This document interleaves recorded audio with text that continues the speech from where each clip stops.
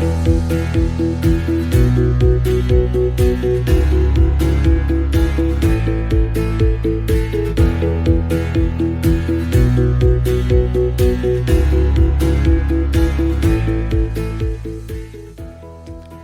to Spiritual Straight Talk, where it's all about enhancing your spiritual walk through life, with host Suzanne Thibault, animal communicator and spiritual life coach. Listen in and discover inspiration for living a divinely inspired life. And now, your host, Suzanne Thibault.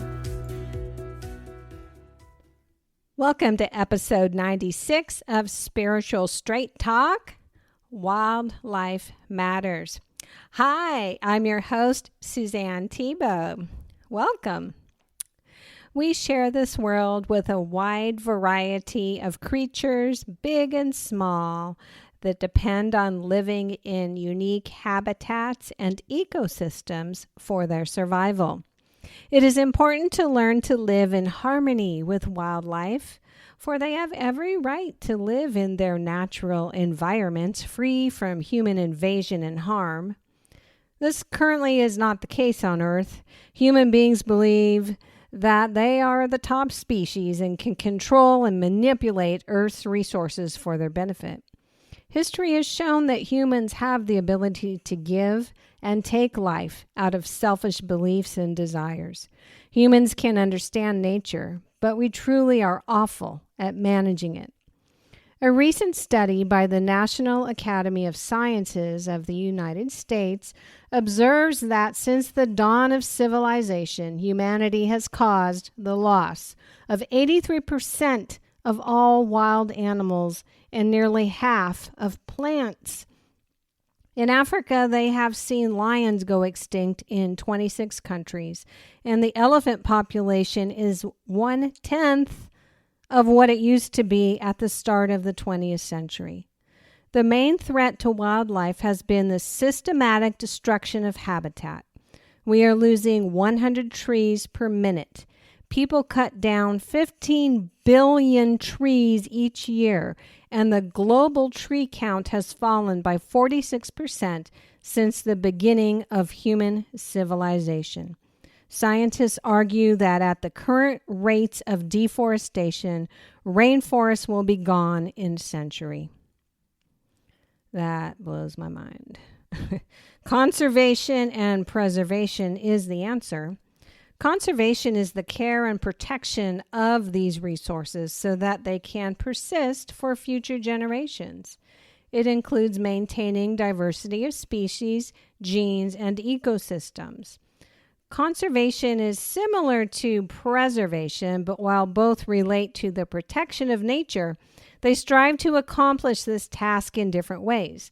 Conservation seeks the sustainable use of nature by humans for activities such as hunting, logging, or mining, while preservation means protecting nature from human use. This difference is illustrated by how the United States manages its public lands. The goal of national parks, for instance, is preservation, with an emphasis on causing minimal change to the landscape or environment. In the other way, the national forests can be used for cattle grazing, lumber, hunting, and recreation. Continued human population growth has led to unsustainable rates of consumption of our natural resources, resulting in a loss of Earth's biodiversity. The main factors driving biodiversity loss include habitat destruction, climate change, invasive species, overexploitation, and pollution. Declining biodiversity is closely intertwined with species extinction. While extinction is a normal process of nature, the rate at which it is happening today is not. Scientists estimate that current extinction rates are about 1,000 times higher now than would be expected based on the fossil record, and that we may be experiencing a mass extinction event, which is when 75% or more species are lost at a time. The extinction of the passenger pigeon is a famous example of an extinction caused by human activity.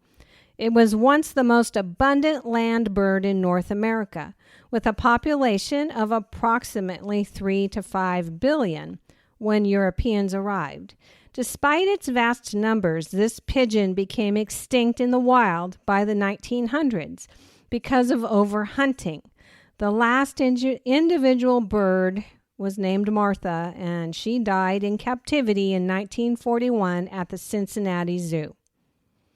Conservation practices and policies, ranging from the removal of invasive species to setting aside protected land for wildlife and plants, to establishing the U.S. Endangered Species Act, have been put in place to combat these extinction pressures. Currently, more than 26,500 species are estimated to be at risk of extinction, although the exact number is difficult to calculate. Wild animals are the custodians of our planet. We humans are not better or smarter than wild animals. The history of damage that we humans have caused here on Earth is evidence of how ignorant we human beings are. Why are wild animals so important? Wildlife maintains balance in ecosystems. When one species goes extinct, imbalance occurs in that ecosystem. Biodiversity helps make healthier ecosystems. Biodiversity is the presence of many species within an ecosystem. Wildlife and their habitats offer medicine. Many herbs today are used to treat illnesses. Morphine, penicillin, and aspirin were all derived from wild plants. Wildlife helps ecosystems to be healthy, helping our entire world systems of water and air to be healthier. I recently visited the Monterey Bay Aquarium, where I learned our oceans are filled with plastic garbage.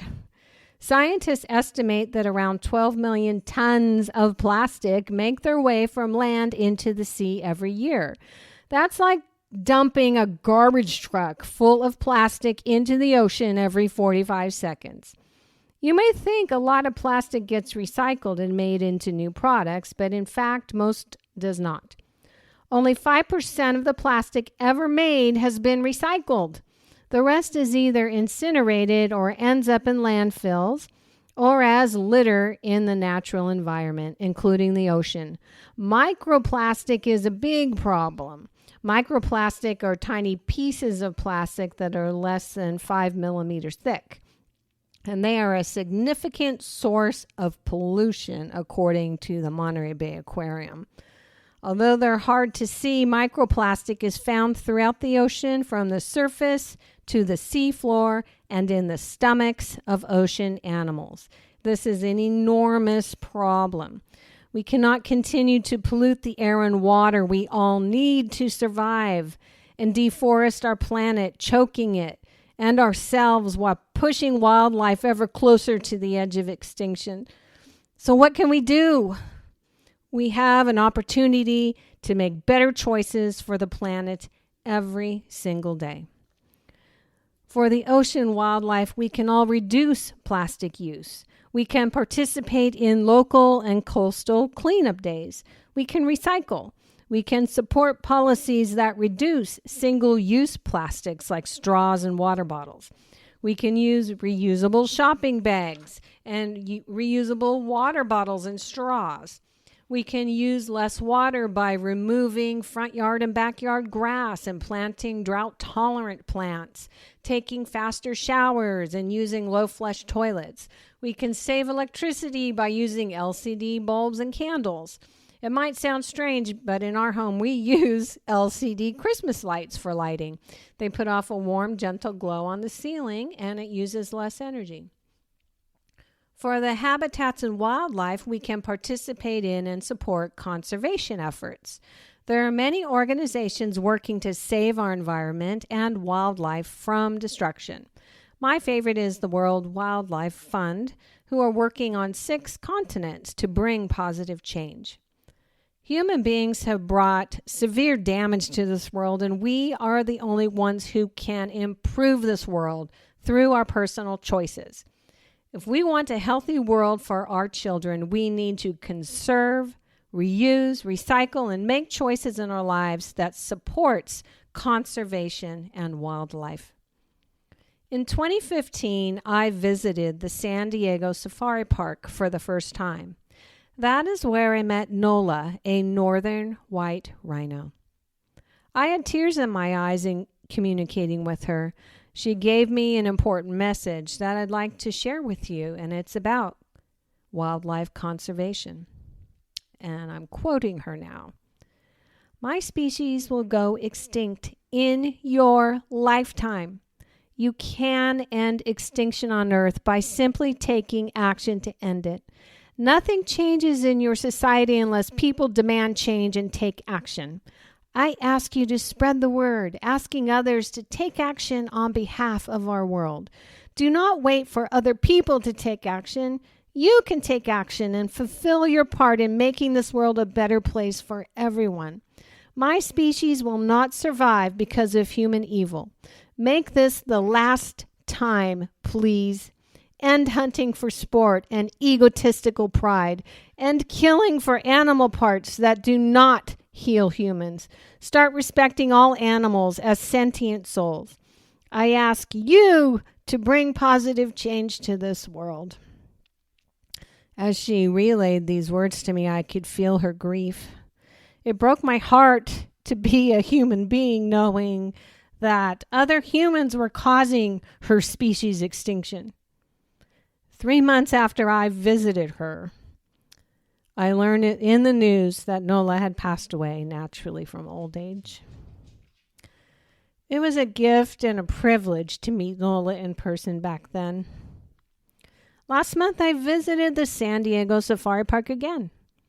It brought tears to my eyes to learn there are only 2 remaining female Northern White Rhinos in our world. This means when those 2 rhinos die, their species will be extinct in our lifetime. The safari park is engaged in conservation. They have a frozen zoo that contains Northern White Rhino embryos and other species that are on the verge of extinction. They are working to impregnate Southern White Rhinos with Northern White Rhino embryos to try and rebuild the Northern White Rhino population. But they cannot undertake this yet because they are working to understand rhino reproduction better. In 2022, how can we still have wild animals going extinct? Allow Nola's words to sink into your heart. What action can you take to support wild animals and our Earth's ecosystems? There are many ways to support conservation efforts. I financially support the World Wildlife Fund and the Performing Animal Welfare Society. They take in wild animals that were used in performance, like in circuses or roadside shows, and they save their lives and allow them to live out a peaceful life in the wilderness. Talking about these issues with other people helps bring it into greater awareness. Voting for politicians who support conservation efforts helps. We can support legislation that works to end animal hunting and abuse. We can be a voice for animals. We can become a member of your favorite animal advocacy organization or sanctuary and support them through donations and volunteer work. You can even visit captive animals in pet stores, shelters, zoos, and sanctuaries and tell them through love how much you respect and honor them to help them know that there are good people in our world that care about animals. I urge you to take a stand for this world and think about how you can support positive change for everyone. Thank you for listening in today. You can tell that I'm highly passionate about this topic, and I really am, because animals are a part of our world and a part of our family here on earth. Remember that love makes all things possible when love leads the way. Have a wonderful day.